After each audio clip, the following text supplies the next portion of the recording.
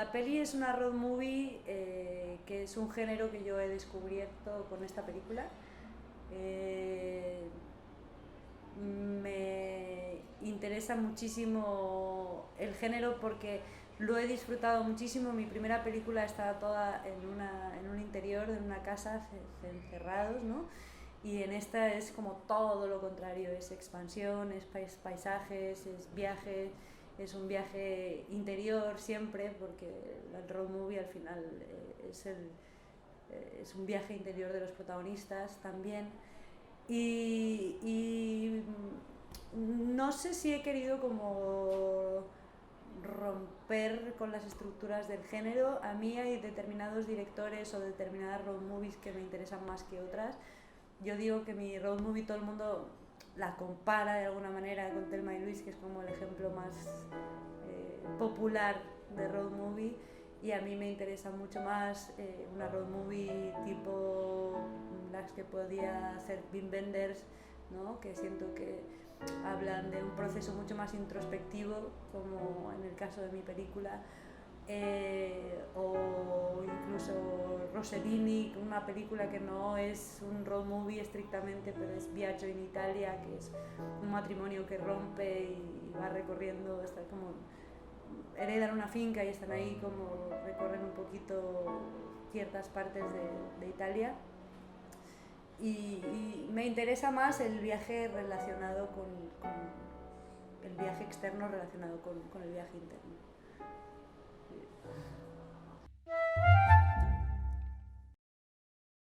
Es que mira, para mí hay una cosa muy clara: decir que las mujeres somos perfectas en el cine es machista.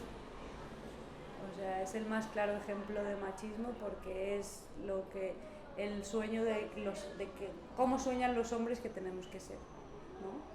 Y las mujeres no somos así. Las mujeres somos de otra manera.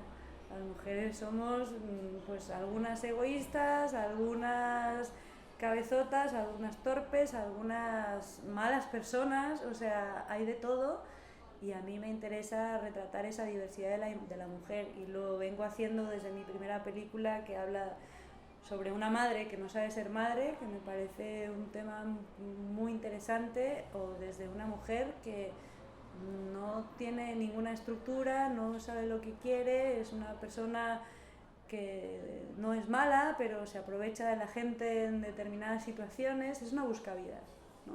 Es como la figura de la buscavidas, que hay muchas, ¿no? Mujeres que son así. Y me interesa retratar a eso, a mujeres reales, a mujeres que yo conozco, experiencias que yo he vivido. Yo siempre lo digo, ¿no? En un festival de Cannes estaba Jessica Chastain, creo que estaba de jurado, y dijo: The one thing I really took away from this experience is how the world views women from the female characters that I saw represented. And it was quite disturbing to me, to be honest. I do hope that when we include more female storytellers, we will have more of the women that I recognize in my day-to-day life. Y tiene razón. Mi única voluntad es retratar cosas y situaciones y personalidades que conozco de las mujeres, que no los veo retratadas. Bueno, una de las cosas que yo considero, por las que yo hago cine y considero importante hacer cine, es por retratar a las mujeres desde otra mirada, que no sé si es buena o mala, pero por lo menos es diferente, ¿no? O sea, es lo que yo trato de hacer, y pretendo ser cada vez más honesta haciéndolo, ¿no?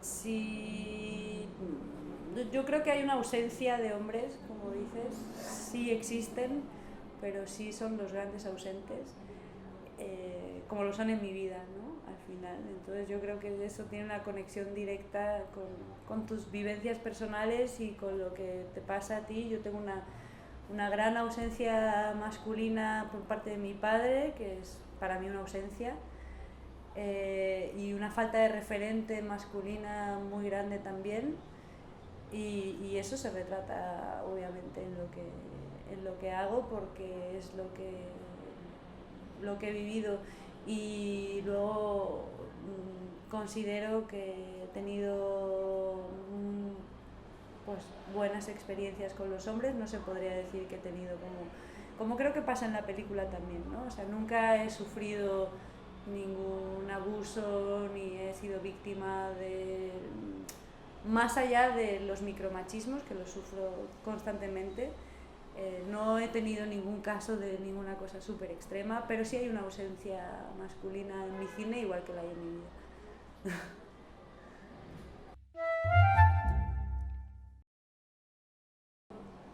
Yo di muchas vueltas para llegar al sitio en el que había sentido por primera vez que tenía que estar. Es decir, yo tuve una intuición con las dos personas que están en la película en una fase muy temprana de mi película, de que tenían que ser estas personas, pero vi mucho más, ¿no? Entonces, hay como un pálpito para mí a la hora de elegir a la persona que va a interpretar al personaje principal de tu película. Es como un enamoramiento, ¿no? Al final es esa sensación de que ves a alguien y sientes algo muy especial cuando lo ves, ¿no? Pero a veces no queremos confiar como en ese instinto primero, ¿no? Queremos como ir a lo racional y decir, no, porque es que esta persona, no, tengo que ver más opciones, porque no sé si confiar en ese instinto primero, o tengo que hacerles muchísimas pruebas. Entonces me pasó eso. Yo con la protagonista joven Esmeralda la vi en el Instagram de una amiga que es directora y me encantó. O sea, vi como su foto y vi su energía y me encantó, pero tuve que ver a muchas más chicas, y tuve que verla a ella, probarla en diferentes situaciones para realmente asegurarme de que era ella, ¿no? Y con JJ me pasó igual. Entonces a veces dices, hay que confiar más en la intuición, ¿no? En esa intuición primera, porque al final es una sensación que no se puede explicar, es casi mágica. Sí, y a mí me interesó mucho también, y fue una de las cosas que más me enamoró cuando las conocí a las dos, que las dos habían vivido una situación muy parecida a la de la película, ¿no? Entonces estaban muy conectadas con lo que la historia estaba contando. Y esas fueron de las cosas que más me enamoraron de las dos, ¿no? Cuando hicimos el primer casting, que me contaran su experiencia personal y por qué sentían una conexión muy especial con el guión, etc. Al final, esa conexión que ellas tenían con lo que yo estaba contando pudo sobre todas las cosas, ¿no? Porque al final ellas tienen que contar la historia contigo, ¿no? Tiene que haber esa necesidad por parte de las personas que estamos ahí de contar la misma historia por motivos muy personales, y bueno, así fue.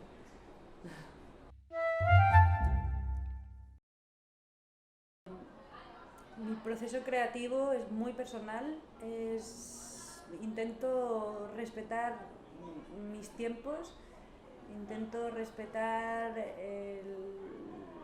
el hecho de hacer una película por sentir la necesidad de contar algo, no por el simple hecho de contarlo, ¿no? Y de estar presente y de ser, como hablábamos, ¿no? De la productividad, de ser productivo, de hacer una película cada X tiempo, de que cuando ya haces la promoción de la película estás hablando de tu siguiente proyecto y aprovechas para promocionar tu siguiente proyecto, y todo esto entra dentro de un sistema capitalista que te obliga a la productividad, a la promoción, etcétera, etcétera, y yo me salgo un poco de todo eso,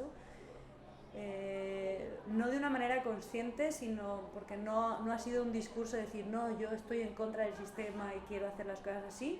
Simplemente se ha tratado de respetar mis tiempos y mi manera de crear. O sea, no ha venido un poco desde ahí la sensación de hacerlo de esa manera. Y es lo que te decía antes, ¿no? Si hago 4 películas en mi vida, pues seré feliz porque habré hecho las 4 películas que he querido hacer y que han sido importantes para mí, y querido compartir con el mundo esa vivencia, ¿no?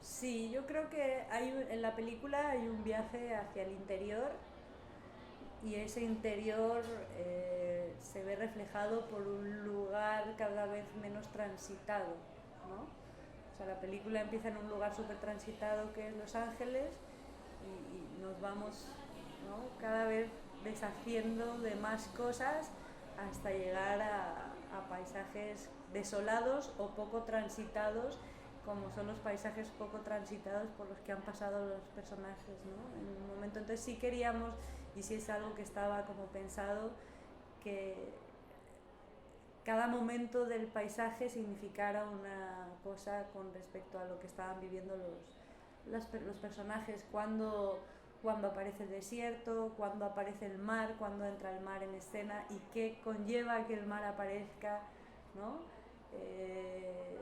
¿Qué significa que estemos en el medio del desierto más profundo y qué sensación lleva a los personajes y qué sensación se genera en la película, ¿no? Eso sí tuvimos muchísimo cuidado en eso, ¿no? Como hasta este punto de la película no puede aparecer el mar, ¿no?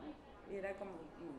Y Baja California está rodeada de mar, entonces era como íbamos haciendo el viaje, pero no, o sea, el mar tiene que aparecer justo en este punto de la película porque primero tiene que transitar por un terreno mucho más árido, pero luego tiene que venir una cosa como mucho más refrescante para luego irnos de otra vez a la inmensidad del desierto, y es un poco lo que van transitando los personajes.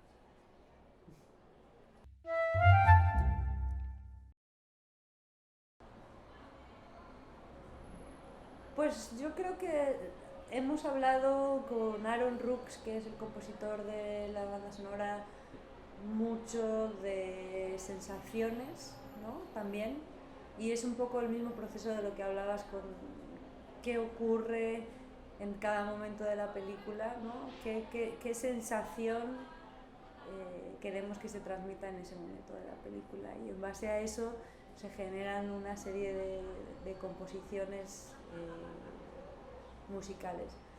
Por ejemplo,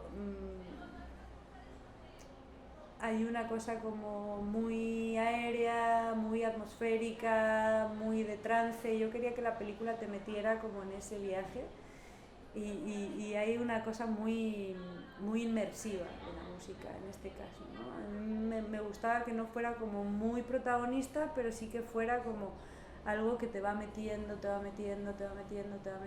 el viaje y en la cabeza de estos dos personajes, ¿no?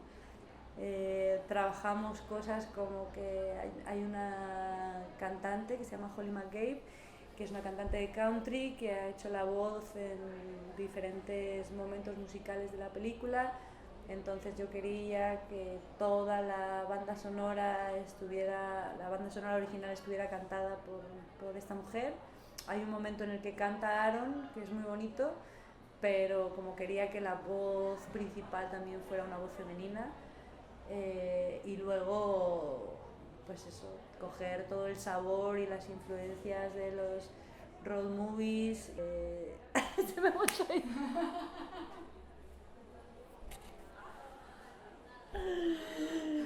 y del western,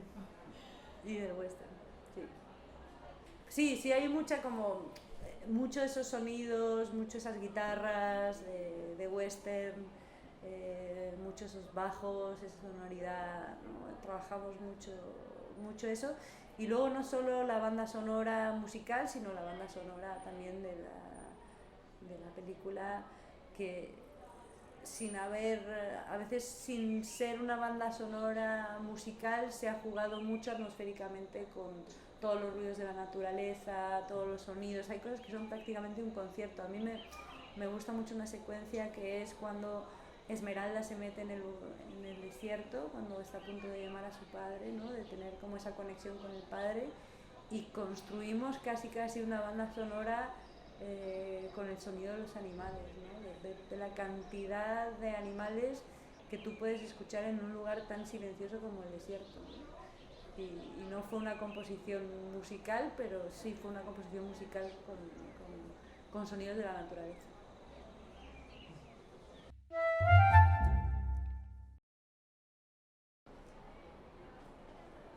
Sobre lo difícil que es levantar una película independiente, es muy complicado, la verdad. Depende, o sea, películas independientes depende del presupuesto que tengas. Si haces una película independiente con muy poquito dinero, realmente muy poquito, es fácil de hacerlo, sin desmerecerlo, pero si tú haces una película independiente con 1 millón, 2 millones de dólares, ya es otra cosa porque tienes que reunir esa cantidad de dinero, ¿no? Al final, para hacer una historia que no va a ser una historia que se va a consumir de una manera masiva. No entiendo por qué, porque creo que todo el mundo podría ver esta película y se podría sentir identificado con ella, pero así ocurren las cosas, ¿no? Y entonces conseguir ese dinero para no hacer un blockbuster o un taquillazo, pues es realmente complicado.